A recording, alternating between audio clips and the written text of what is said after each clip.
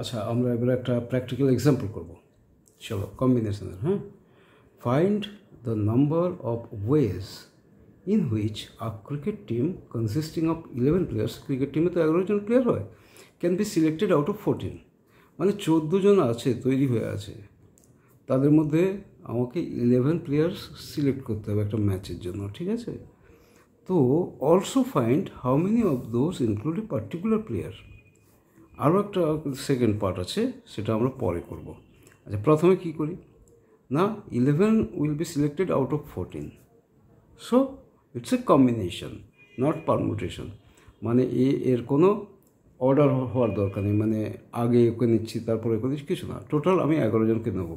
তো 14 C11 is the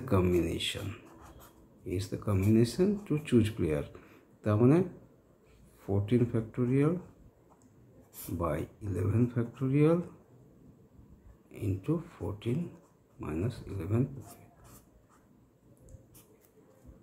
n factorial by r factorial n minus r factorial। এটা হচ্ছে NCR, ঠিক আছে?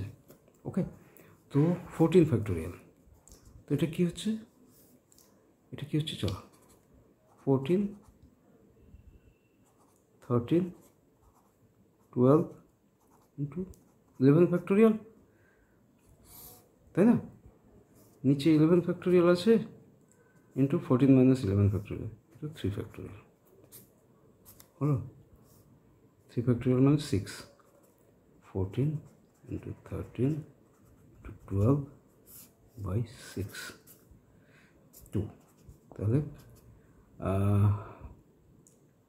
14 3 42, 2 হাতে 4, 14 × 14, 4 18, 182 into 2, 182 into 2 is equal to 4, আর 364 ওয়েজে, 364 ওয়েজে আমি একটা টিম তৈরি করতে পারি।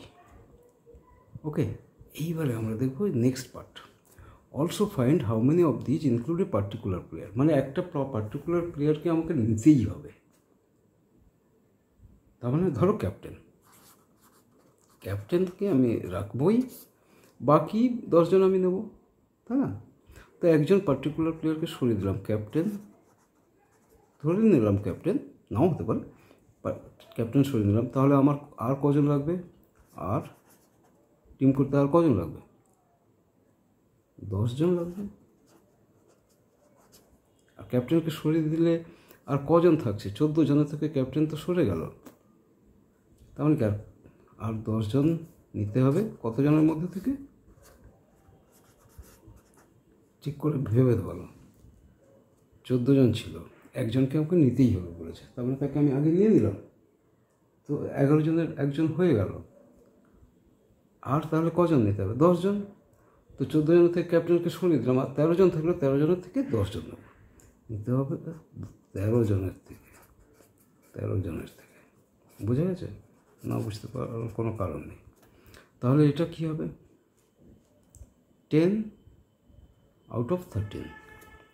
এটা কি, ক্যাপ্টেন আমি সরিয়ে দিয়েছি, সেটার আর কোনো কোশ্চেনই নেই। তো 10 আউট অফ 13 আমার কম্বিনেশন হবে। তো 13 C10 is equal to simple factorial 13 by 10 factorial into 13 minus 10 factorial is equal to 13 12 11 10 factorial।